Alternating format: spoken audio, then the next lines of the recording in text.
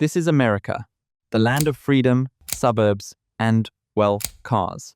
For decades, the automobile has been seen as a symbol of independence and progress.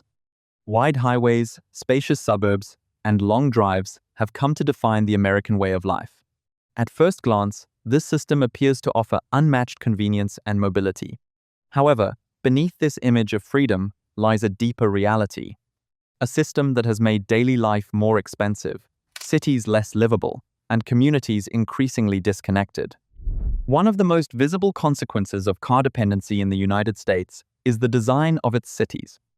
Unlike older cities that were built for walking and human interaction, modern American cities are built around vehicles.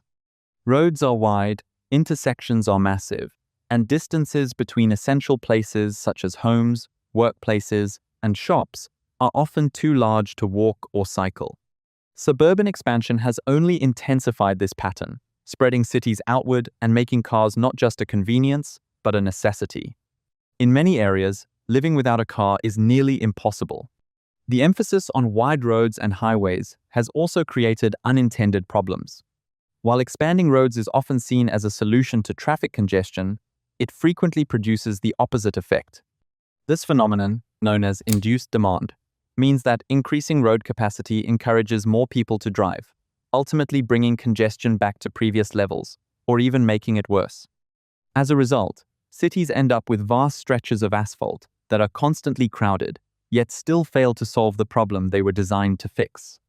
At the same time, these wide roads reduce space for pedestrians, public areas, and community life, leaving cities feeling empty and uninviting. In contrast, many European cities such as Amsterdam and Vienna demonstrate a different approach to urban planning. Their streets are narrower, their neighborhoods more compact, and their infrastructure is designed to prioritize people over vehicles.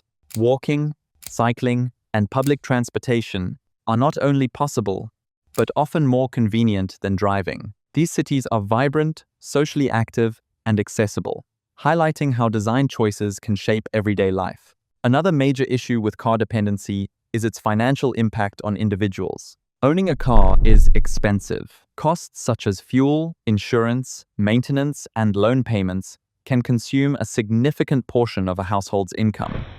In a system where a car is essential for accessing jobs, education, and basic services, this becomes a heavy burden. For many Americans, the car is not a symbol of freedom, but a financial obligation they cannot avoid. Those who cannot afford a car often find themselves excluded from opportunities, reinforcing economic inequality. Public transportation in the United States further reflects this imbalance. In many cities, it is underdeveloped, unreliable, and poorly connected. Buses may run infrequently, train networks may not extend to suburban areas, and overall coverage is often limited. This makes public transport an impractical option for many people. In contrast, cities like Paris, Berlin, and Vienna offer efficient and integrated systems of metros, trams, and buses. These systems are frequent, affordable, and reliable, allowing residents to live comfortably without owning a car. The difference highlights how investment and planning can create alternatives that reduce dependence on automobiles. Beyond economics and infrastructure, car-centric development also affects health and social life. Reduced opportunities for walking and physical activity contribute to rising health issues, while long hours spent driving increase stress levels. Road accidents remain a significant concern, with the United States experiencing higher traffic fatality rates than many other developed nations. Moreover, car-dependent environments often limit social interaction. Unlike walkable neighborhoods where people naturally encounter one another, highways and parking lots do little to foster a sense of community. This can lead to feelings of isolation and disconnection. The environmental impact of widespread car use is another critical concern. Automobiles are a major source of greenhouse gas emissions, contributing to climate change and air pollution.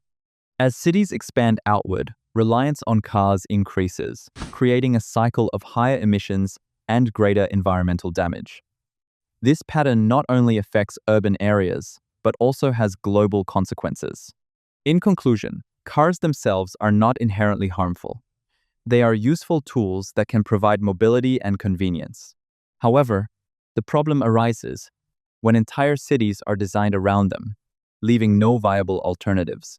The American model of car-dependent development has led to increased financial strain, inefficient urban spaces, weakened communities, and significant environmental challenges. By contrast, cities that prioritize people through walkable design and strong public transportation demonstrate that a different approach is possible. Ultimately, the issue is not whether cars should exist, but whether they should dominate.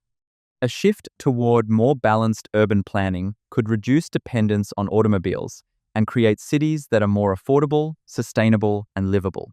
Until then, the system that once promised freedom may continue to impose its hidden costs on everyday life.